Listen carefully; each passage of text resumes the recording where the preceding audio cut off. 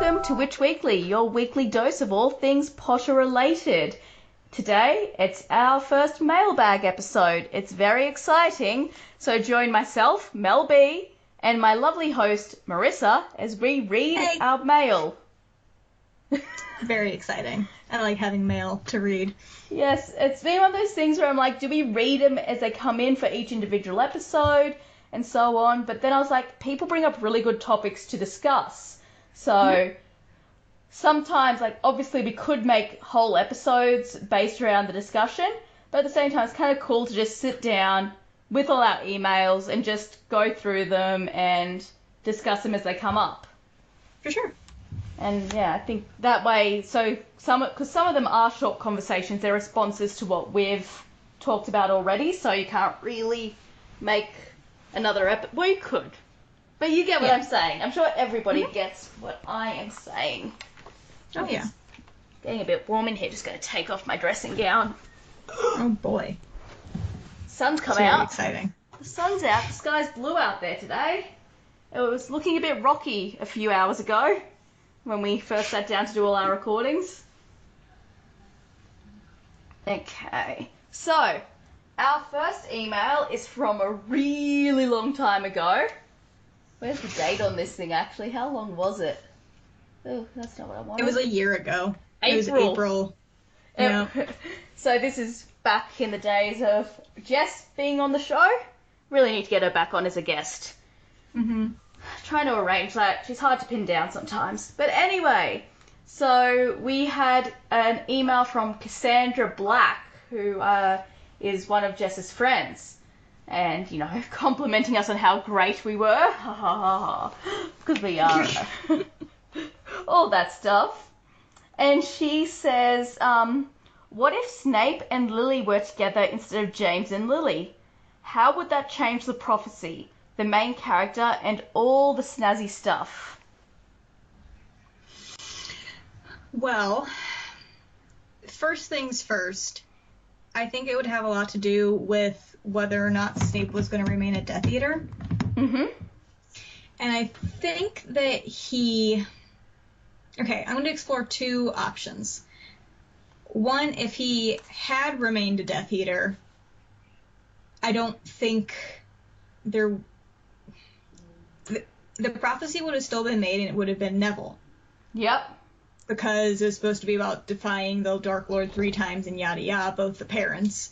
Because if he remained a Death Eater, he wouldn't have defied Voldemort, because he's already had Lily, so it wouldn't be a huge issue. So it would have to be Neville. He would have to be he would become the main character because he's the chosen one. Yes, I agree with that. If everything turned out the same way it did for Harry. Yes, so, exactly. So, if Snape was still following Voldemort, of course, wouldn't go after Snape's child because Snape's wouldn't have defied him 3 times. Maybe once by marrying Lily, and then Snape would have got it. I mean, Voldemort would have kind of gone over it and been like, I don't like this, but you're a good servant-slave thing. Servant-slave thing, yes. So yeah. But if he... Or do you have more to say about I have more to say about this. So I think if Snape was Harry's father, apart from the fact, I don't think he'll be called Harry. No. I think he'd have a different name. But their offspring... See, I don't know, because I cannot see Lily ending up with a Death Eater in any reality. It would have to be, like, really dark and kind of rapey. Yeah. And her son would either still be a hero in some way, like he would go into Gryffindor and, you know, hate Snape as his father because Snape was mean to his mother, or he would be a little shitbag and end up in Slytherin as a to-be Death Eater with all the other shitbags. Which is sad, because I'm going to say Slytherin is not all shitbags. I'm just saying that during Harry's time, a lot of them were the kids of Death Eaters and followed the mantra about blood purity. Mm-hmm. And I think if Harry grew up with that mentality being openly talked about at home, because Snape, I think, would still have leaned on that had he still gotten Lily, even though he was like that, I don't know. It's kind of weird because she is Muggle-born, so why would he keep talking about blood purity if he's married to a Muggle-born? It's very strange, and I don't know how I feel about it. Yeah, so I don't see it happening that way. The way I see it happening would, of course, be the alternative that Snape left the Death Eaters.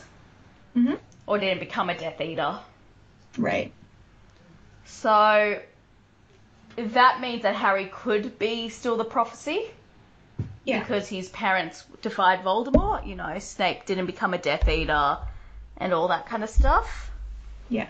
I think Harry would be a very different character. So then it depends, like, what happened next. So, if Harry's still the chosen one, logically, Snape and Lily are dead. Mm-hmm. So he wouldn't have, well, not necessarily wouldn't have, but he wouldn't have the Snape figure, you know, being a jerk to him at school. Yeah. Maybe it would be or Sirius. Protecting him. Or James. That's interesting. Yeah. Oh, this is a rabbit hole. Because, yeah, James could have been the jilted lover, admirer. Yeah, but he was really good at transfiguration, and, you know, McGonagall's not going to be able to that job. Yeah. But would Slughorn have stuck around and just kept being the potions master before? I'm sure there's fan fictions about this. We could have had Lupin forever. Ooh. No, the job was still cursed. Yeah, I know. I would love to have Lupin forever. But, oh, man. Yeah, and then there's so many possibilities. And then there's still the alternative that while his parents were Snape and Lily, Neville could have been the chosen one. Mm-hmm. And he would have just had to deal with... But I think if, you know, Snape wasn't a Death Eater and wasn't, you know, pining after Lily for all those years, he could have been a good person. And yeah, oh wow, like it's such a rabbit hole. I'm sure there's fan fiction, as I said, about this. I'm sure. I'd love to read it. Yeah. If you know fan fiction about this, send it to us, guys, because that is pretty deep and so much to talk about. Actually, I've seen one, but I really don't like it. It's like Lily leaves James because he's abusive, so Snape's Harry's stepfather, and I'm just like, nah. I don't like that either. Nah. Not cool, guys. Nah. Yeah, nah. So, yeah, that's the rabbit hole Cassandra has given us. Now I'm going to be thinking about that. Thanks, Cassandra. Appreciate it. We can now expect Marissa writing fan fiction. I mean, I've written a bit of fan fiction, but I let it go after, like, a chapter. When I was quite a bit younger, I was writing a Lord of the Rings cross Harry Potter fan fiction. I feel like you told me about this. I had a few, actually. But the one makes me happy. I can't tell you that one because technically it's Lord of the Rings spoiler. But the other please one, don't do that. Marissa's reading Lord of the Rings for the first time. But the other one was Aragorn is taken to Hogwarts, and I can't remember why, by Gandalf, and he ends up slipping over, hitting a potion, the potion falls on him and transforms him into a teenager. Wow. So he joins Harry and the gang. That's crazy. So yeah, thanks for your email, Cassandra. So let's go on to the next one from Tanya. Hi, Tanya. She was writing in about our episode on entertainment in the Wizarding World. She said she had a suggestion for what we could use for entertainment in the Wizarding World. She said magic shows. She said, I know it sounds crazy, but stick with me. I have watched a lot of Tinkerbell movies because my kid is obsessed with them. In the movies, the fairies will put on performances for the other fairies, showing off their skills and talent. Things like light, flowers, animals, water, etc. it'd be really awesome if witches and wizards would put on shows honing their craft. I think of it as a variety show with truly the best of the best coming together to put on an incredible performance. Well, Tanya, I think that where they were trying to, have the best of the best putting on a show was the Triwizard Tournament, but that was minors. Yeah. Well, because they were like the most worthy will be the ones that we're gonna, showcase, kind of. But I kind of see what Tanya's suggesting is kind of like Got Talent. Like America's Got Talent, Britain's Got Talent, like something like that. Which I think would be pretty cool. Like, Harry would go and show off his Patronus. Yes, instead of dueling, they could just show off some stuff that they can do. Yeah, I think that'd be really cool. I think, McGonagall would show Transfiguration. Yeah. Sirius Black would show Animagi. That'd be really cool. Ooh, yeah. And, the public votes. It could even turn it into, like, an educational thing, like all these different people show off what they can do, and then you pick what you want to try to accomplish. Yeah. It could also turn into something like that. But yeah, I think magic shows, it seems so, simple that we should have thought of it. Yeah. It seems like, well, magic shows, we do that here in real life. People put on magic shows, but since it's kind of commonplace for them, we wouldn't even think to use it as entertainment. No. Yeah. Tanya was really clever to think of that. Look at you, Tanya. You're so good. You're so logical. Stop it. Oh, Tanya. Oh, Tanya. Anyway, thank you for the email, Tanya. We look forward to more. Thank you so much. Okay, so now we've got one from Libby. Yes. Which is about Oliver Wood and Quidditch. So she goes, when Harry runs into Oliver Wood at the Quidditch World Cup campground, Wood tells him excitedly he's been signed up to the Puddlemere United reserve team. In other words, the talented keeper and captain of the Gryffindor Quidditch team is only good enough to be backup player on a regional team. This doesn't make any sense, if not outright said. I feel that it's very heavily implied throughout the series that Hogwarts is the only wizarding school in the UK. If not, it would be at least the most important among a small group. Given that one, it is the UK school that got to be in the Triwizard Tournament, and two, Dumbledore, the greatest wizard of all time, went there and was headmaster, and three, it's adjacent to Hogsmeade, the most magical village in Britain. I know Hogwarts is supposed to have far more students than the ones we read about, but the fact remains that there is only one team per house. So who is populating the starting roster of the regional UK team, let alone the English national team, if there is only a few players a year graduating from Hogwarts, and one of the most skilled ones we know is on a reserve team? I think this is one of the things where you have to suspend your disbelief. Yes, I did write back to Libby, and I had always thought about that too. Yeah. It never made sense to me. Like, how many teams are there in the UK for Quidditch? I don't know, but we know of Puddlemere United, the Chudley Cannons, the what's the one Ginny ends up on? The all-girls team. Holyhead Harpies. Holyhead Harpies. Or the Holyhead, depending on which version of the books you listen to. Yeah. There is the book Quidditch Through the Ages that I think gives all of the teams, so give me just a second because I have that book. I should have had it out already, I'm so sorry. But yes, it was always very strange to me that, because they said that there's supposed to be more kids than we ever see at Hogwarts. Yeah, JK says there's 1,000 students, which seems like too many. Somebody worked out that it'll be more logical for there to be 400 or something like that. Yes, but I think we also have to keep in mind that when we read about the the school, that the kids that we're seeing are from a time of war. Yeah. And there could have been more potential kids if people hadn't been killed off by Voldemort and the Death Eaters.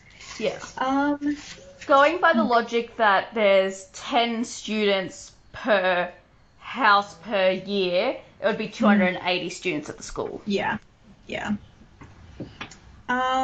13 teams continue to compete each year for the League Cup. This is Britain and Ireland. There we go, so 13. Yeah, and so you have 7 starting spots. So that's 91 players. Yeah. Yeah, it doesn't make a lot of sense. So, here's my thinking. One, as you said, this is a generation of war. So there's older students who, there would have been more of them going through school. But were there more people on the teams? No. Were there more teams? I don't think so. I think that's how many teams? Because we know Katie Bell was a reserve. Because it says during Harry's first Quidditch match that Katie Bell, who was a reserve the year before. Yeah, because they have reserves for their Hogwarts teams. Which I think means, I'm sure the reserves train as well. They'd have to. Yes. Thing is, we never hear about them. Right. We only hear about other people training when the starters are out. Yeah. The thing is, if Katie Bell was a reserve the year before Harry started, that means she was a first year. So that means that she kind of made the house team when she was a first year. Yeah. Which kind of goes against everything that we know about first years not making the house teams. But I digress. That's just something I thought of because Katie's only a year older than Harry. Yeah, definitely. There you go. Do you want all the names of the Quidditch teams? I'm not that interested, but I'm sure some of our fans will be. But at the same time, I'm like, we're going to do a Quidditch episode eventually. Yes, there's just a lot of, it's all,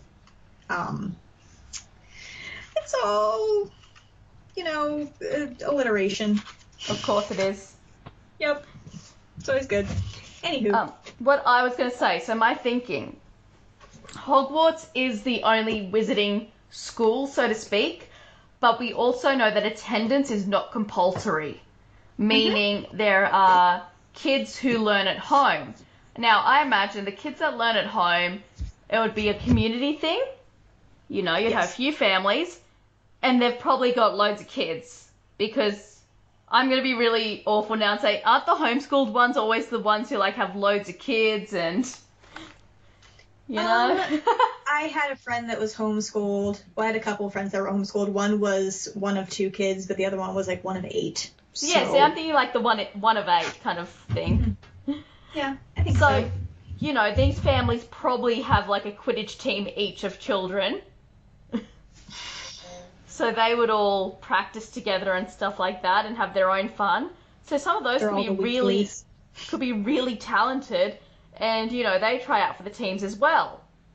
Now, maybe with Oliver Wood making reserves on Puddlemere United, maybe they're a really good team and he likes them, so he just wanted to be on that team. But they've already got 7 players that are fine, are great, their keeper is amazing, so they've put him on reserve. Yeah. I feel like we don't really see, apart from, them playing on house teams at Hogwarts. Exactly, unfortunately. So we don't really see the other side of that where there are people just playing Quidditch wherever. Well, we kind of see that with the Weasleys. They play 3-a-side Quidditch and stuff at home. Yeah. I understand that too. Yeah, that's the thing. I suppose there's only so much that JK can show us, otherwise the books would get bogged down. I want all of the information. Oh, I do too. She just needs to keep updating Pottermore. Yeah, that would be nice. Just tell us everything. But yes, I do, Libby, I do think it's weird that Oliver Wood, who is the best keeper that we meet, is on a reserve team for... So it could just be that he just really wanted to be on Pellamere United and was willing to take a reserve spot, but... Yeah. We don't really know what the population of the UK wizarding community is, so we can't really say he could there's just other kids. Yeah, he could be just biding his time, waiting for the other keeper to die in a tragic and mysterious accident. That he has no part in at all? No part in at all. Seems fishy.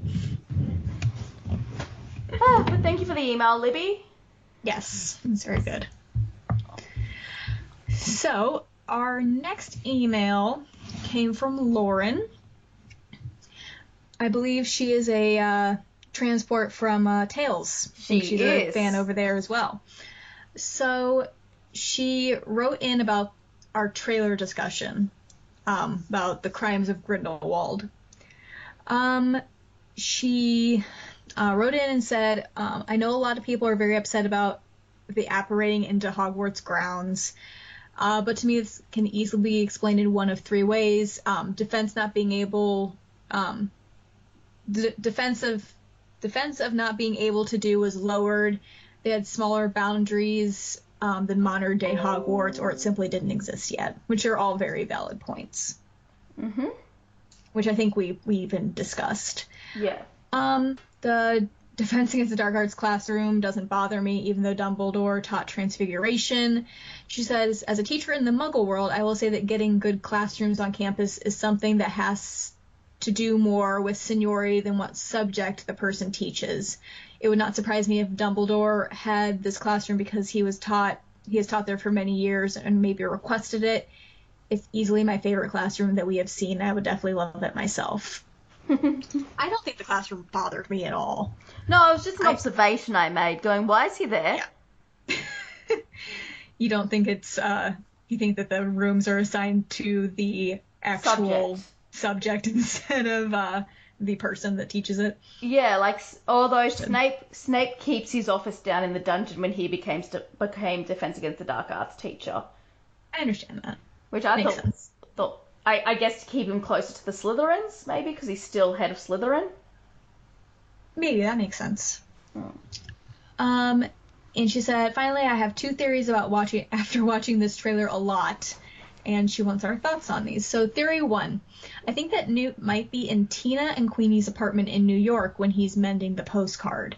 Could it be that the postcard was actually sent to Tina from Credence?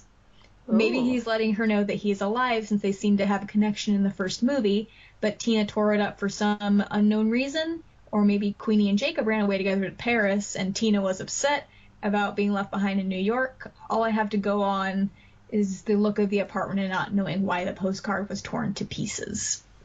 I don't think the Queenie and Jacob running away together to Paris is what's going on. No, because in the trailer, doesn't Newt open his suitcase and talk to Jacob saying we're going on an adventure or something? Yeah, they're going to leave, and he goes, where are you going? He goes, we're going. Yeah, that's right. Yes. So, I kind of think that Newt, for whatever reason, seeks out Jacob. Yeah. But the postcard is something that people have been going on and on about. I've seen at least. I think the idea that it's from Credence to Tina is interesting. Yeah. To be honest, I haven't watched the first movie all that often. I actually have it sitting near me, but I haven't watched it since I got the Blu-ray. So I need to go back and watch it for all of these things, but I think maybe, because we don't know for sure that Credence, died. Yeah. I think it's likely that he fled to Paris, and maybe he did send Tina a postcard.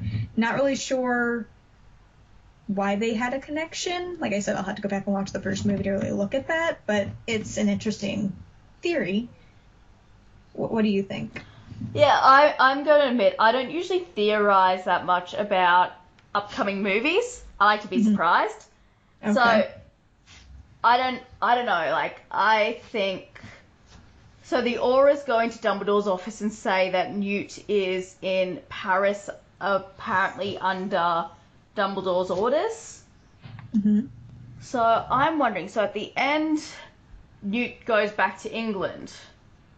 Oh, so I'm wondering, does he go back to America then to Paris, or I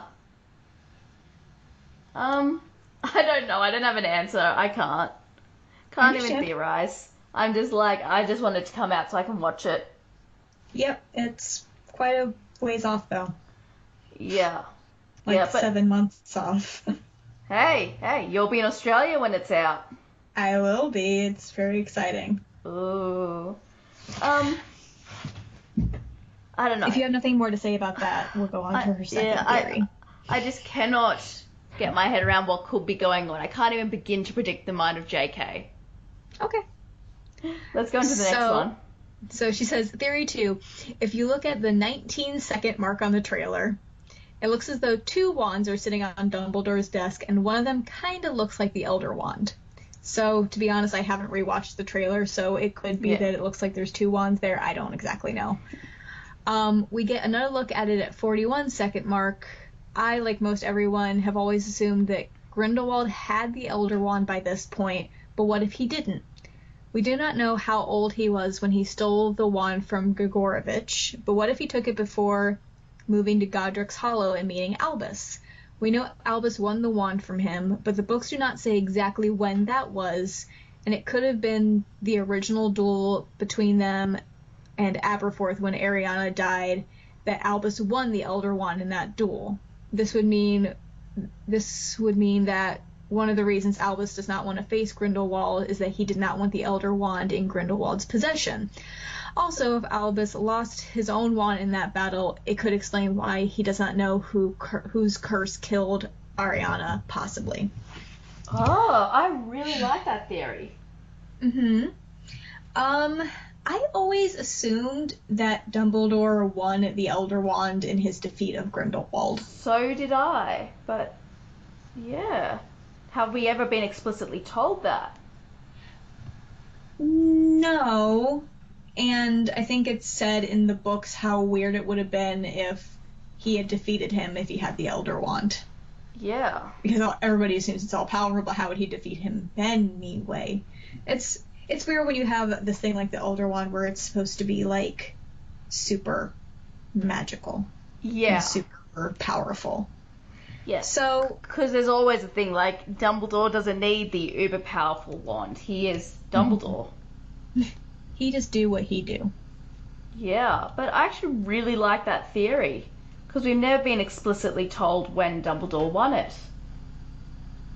This is true. Having said that, I can't believe that people are like Actually, no, I can. People are like looking at this trailer frame by frame. You're like, do you not know the Harry Potter fandom? Have you been here before? Oh, I think it's great. I'm just too lazy to like do that. But I think it's great that people are. Yeah, I think that it's possible that he could have won the Elder Wand from him before. So it would make sense why Grindelwald never tried to take over in England. Yeah. Because he knew that that Dumbledore had this powerful wand. And Grindelwald wasn't using the Elder Wand in Fantastic Beasts. Like, obviously that could be part of his disguise, but still. Yeah. You won't want to leave that thing lying around. Oh, no, because he was, we assume, using Graves's wand. Yeah. Because that's usually how you get identified, really. Yeah. More so by your wand than anything else. So I think it's interesting to speculate, but we can't really say if that theory holds water because we don't know when he won the Elder Wand from Grindelwald. But I will definitely go back and rewatch the trailer again and see if what I make of the shots of the 2 wands. Yeah, I'm definitely going to go and do the same thing. Yeah, it's 2 very thought-provoking theories you have, Lauren. Yeah. I think that she wanted both of our thoughts, and so we gave them. So there you go. So our last mailbox email. Yes. Should we call it an owl letter? It didn't come by owl. It came by the internet owl. Just call it an email. It's really okay. So she wants to talk about where are they now. Oh, it's from Marsha. So this email's from Marsha, and she wants to talk about where are they now. So her first one is Stan Shumpike.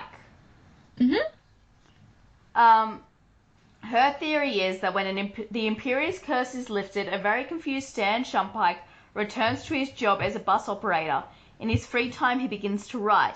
He eventually writes the novel Imperious in the hands of Death Eaters. The book finds a publisher and turns out a major success. It's on Flourish and Blot's bestseller list for several months. He becomes a famous author of many more adventure novels. He marries one of Fleur's cousins. They have 2 kids and dedicates the book Hey Ern, Night Bus Adventures to his family. I love this so much. I know. I'm like, yes. Masha, you need to write this whole fan fiction about Stan. You just need to. Yeah. I want to know how he meets one of Fleur's cousins. Was she like a fan of his books and they needed a signing? And so that's one thing I need to know. Yeah. And just what this, the Night Bus Adventures, what is that about? What are all the stories that he has? Ugh. Can I just say, though, I imagine Stan, he is kind of portrayed as despite having been to Hogwarts a bit uneducated, I would like to imagine he has somebody who does the writing for him, so he sort of tells the story and they fix it up so it's legible. Maybe that's who Fleur's cousin is. Yes. Oh man, this is so good. Marsha, you've got a job to do. Yep, Marsha, we want something, anything really. Yep, you got to give us something now. You've given us this thought. Yeah, I do love that though. I always thought Stan was somebody we never really got good closure on, because we see him when he's, has been Imperious and he's chasing after Harry during the whole getting Harry out of Privet Drive, but we don't really hear about him after that. Pretty much. To the point, I actually was, when I was younger, confused going, wait, was he Imperious or was he actually a Death Eater? Because we never got closure. Mm-hmm. But, I like that a lot. Mm-hmm. So she liked what we thought of Dennis Creevy, him becoming a photographer of Fantastic Beasts. Yes. In honor of Colin. She wants to know, which house is little Timmy in? Did you ever agree on that? I guess we can exclude Ravenclaw. As a Ravenclaw, he should be somewhere along the way figured out how to efficiently escape owls, brooms, and plant life. I always loved your guys' references to little Timmy. Yeah, really I don't know. Maybe he is I think he's either a Hufflepuff or a Gryffindor. Hufflepuff, for sure. Why? I just think that it's not that he's not brave, because you can be brave and be in other houses. I just feel like he doesn't want to hurt the poor animals that are chasing after him, so he just tries to be calm and be like, hey, could you guys not? I don't know. I see him as more of a Hufflepuff. Maybe the birds started chasing him because he always had snacks on him. Maybe that's what really started the whole thing. Yep. There you go. And finally, she mentions in the School Me episode, she thanks you, Marissa, for bringing up Dumbledore's suit. She didn't realize that was Dumbledore right away because of the suit. She was expecting something more outrageous, and she hopes to see something quirkier in the movie. You mean like a velvet maroon suit? Yeah. Because that's what I was hoping for. Yeah. We can hope. Mm-hmm. It's not over until it's over, guys. Yeah. And that brings us to the end of our mailbag.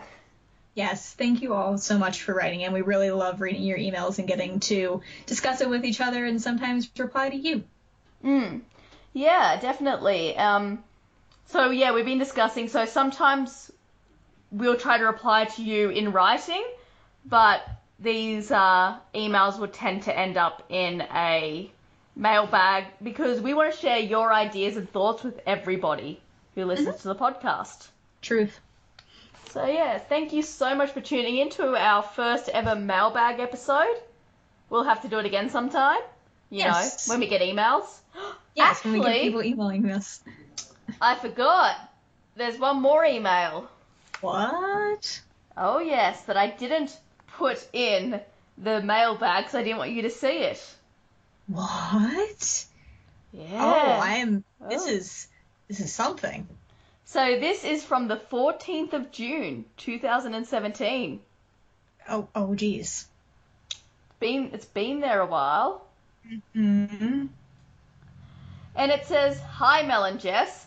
I just started listening to the podcast because I was a listener from Tales from Godric's Hollow, and Matt did mention that Mel started a podcast, so I gave it a listen. I instantly loved the banter between you two and the accents, since I am American. You remind me so much of my best friend and I, so it makes me smile.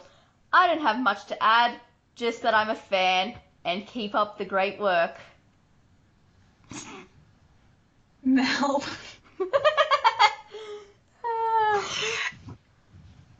In case anybody doesn't already know, that was from me. Oh, I remember writing that in.